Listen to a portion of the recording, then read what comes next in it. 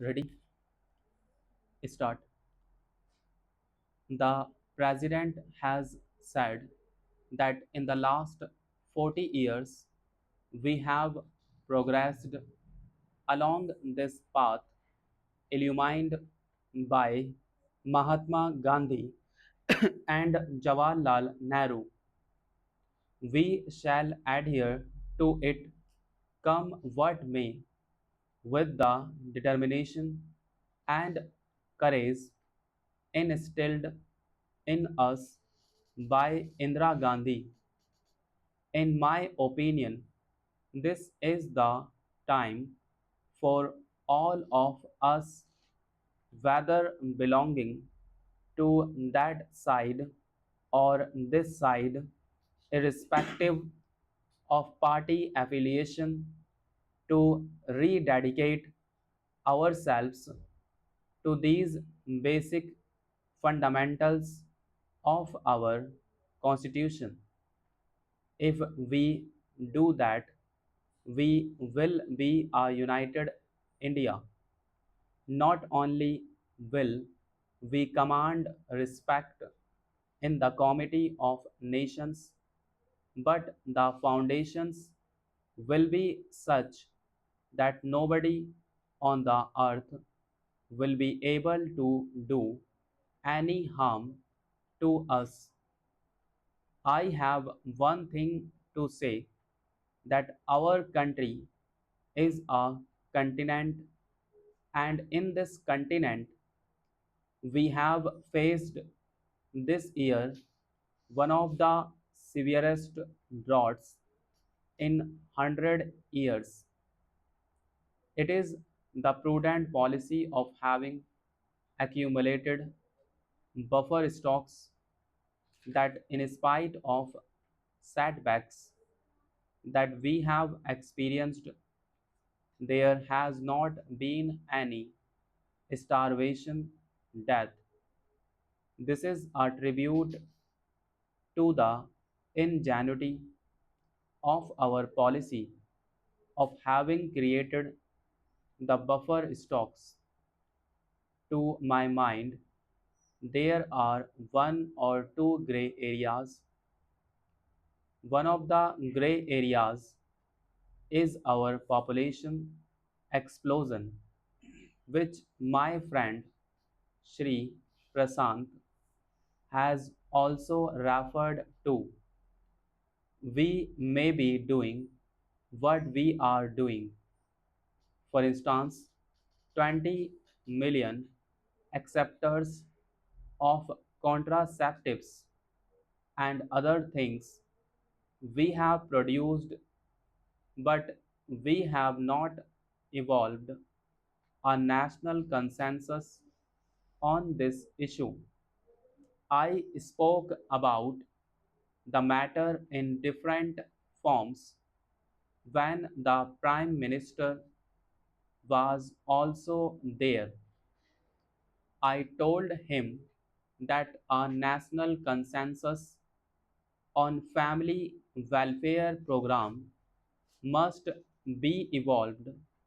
I also told him that you have been calling meetings of the opposition parties quite often on different issues, but to my mind, the most important issue for which an all party meeting should be convened is to evolve a national policy on population. In spite of our all round economic development, it all gets nullified by the population explosion. We have not done much in this direction. I had the privilege of going to China and I saw how they are progressing in this regard. It is true that there have been many occasions when undue advantage has been taken by one party or the other in the implementation of this program. That is why I want national consensus on family planning. Sir, I go to the next area, and that is with regard to agriculture. The agriculture minister has stated in a conference the other day that in spite of drought, he has fixed a target of 175 million tons of food grains for the current year. That is a good idea, but the important thing to which the president has referred is the need of increase in production of oil seeds, and to this I add pulses. I want the government to give special attention to the production of these things because edible oils and pulses are the common man's need in India, and we are having shortage of pulses and edible oils, and we are importing these in a very large quantity. So, the thrust of our program, as we have done in the case of Green Revolution, is that we should concentrate on the production of pulses and edible oils and then assure our own people that within a period of 2 years we will attain self sufficiency in edible oils and pulses. The next point is with regard to public sector. There is no doubt that the public sector occupies a commanding height, and it has occupied commanding heights in our mixed economy. But the problem of accountability of public sector has not been done to the desired extent.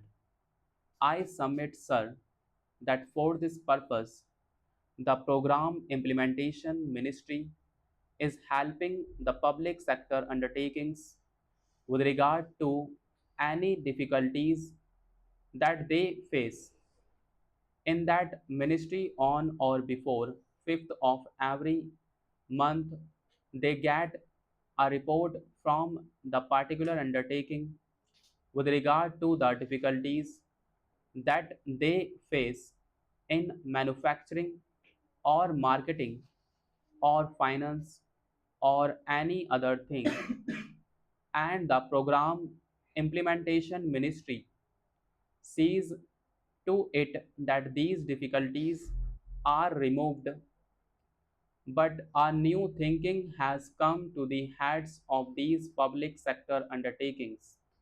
That is by sending the report on the 5th of every month, they pass on the buck to the program implementation ministry and they forget about what they have written. This attitude has to be changed. The executives of these public sector undertakings should be told that the Planning Commission or the Program Implementation Ministry is there only to help you, and it is for you to set things right and see that any difficulties faced by them are removed and their undertaking shows results. I think for that purpose, it will be advisable that their promotion or renewal of their contract or enhancement of their present grade should be linked with the jobs done by the heads of these public sector undertakings.